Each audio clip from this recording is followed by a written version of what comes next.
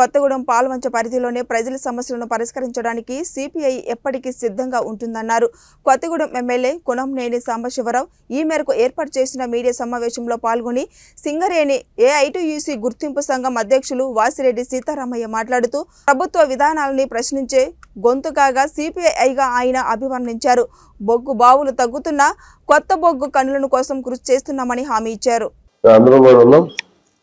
ఖచ్చితంగా ఒకటో రెండో మైన్స్ ముందు అర్జెంటుగా మన ప్రాంతంలో మన జిల్లాలో తీసుకురావడానికి మేము కృషి చేస్తాం. రెండోది ఈ కొత్తగూడెం పాల్వంచ ఈ రెండు పట్టణాలను కలిపి మున్సిపల్ కార్పొరేషన్గా ఇప్పుడు నుంచి ప్రయత్నం చేస్తే నెక్స్ట్ ఇప్పుడని కాదు కానీ ఒక డిమాండ్ అని పెడితే అది చేస్తే కొంత అదనపు ఫండ్స్ వస్తాయి, అభివృద్ధి జరుగుతుంది. అలాగే ఇప్పుడు మన బైపాస్ రోడ్లు ఉన్నాయి, 7-8 బైపాస్ రోడ్లు గుర్తించాం.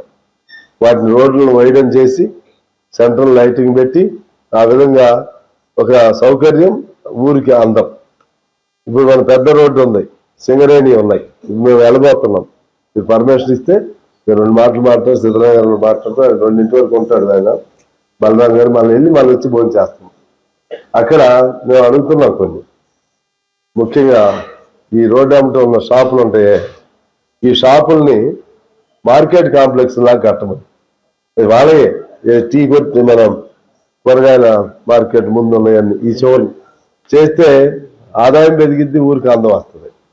అలాగే సింగరేణి కార్మికులకు సొంత ఇల్లు, ఇటువంటి అనేక అంశాలు ఉన్నాయి. అదే పద్ధతుల్లో నిరుపేదలకు ఇళ్ల స్థలాలు, ఈ 6 గ్యారెంటీస్ అమల్లో ఇంటి స్థలం ఉండే వాళ్ళకి ఇల్లు అనేది వచ్చింది. అందులో ఇంటి స్థలం లేని వాళ్ళకి రాలేదు కాలం. అది ఎలా చేయాలో అది కూడా ప్లాన్ చేస్తాం.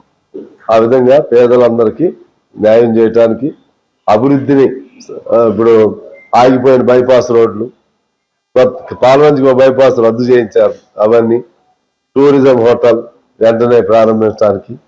అలాగే ఇప్పుడు బ్రిడ్జి ప్రారంభింప చేశాం. ఇది 2వ బ్రిడ్జ్ చూసారు మన మురేడు, దాని వైపు కానీ ఏమేమి ఉన్నాయో అంత ప్రణాళికాబద్ధంగా మేము ముందుకు తీసుకెళ్ళడానికి ప్రయత్నం చేస్తా ఉన్నాం. ఆ క్రమంలోనే పేద జర్నలిస్టులకి ఖచ్చితంగా ప్రతి పేద జర్నలిస్టుకి, అందరూ పేదాలే నాకు తెలిసి కానీ ఉన్నాడు ఎవరు ఉన్నారు జర్నలిస్టులు కానీ, అందరికీ ఇంటి సౌకర్యం, ఇంటి స్థలం, ఇల్లు రెండింటినీ మేము ఎక్కడో స్థలం ఉందని చెప్తున్నాడు భాష, దానిలో ఖచ్చితంగా మీకు ఆ స్థలంలో మీరు చూసిన స్థలంలో గవర్నమెంట్ది స్థలం అయ్యి ఇబ్బంది లేకపోతే ఖచ్చితంగా మీ అందరికీ స్థలాల్లో అక్కడే ఏర్పాటు చేయడం.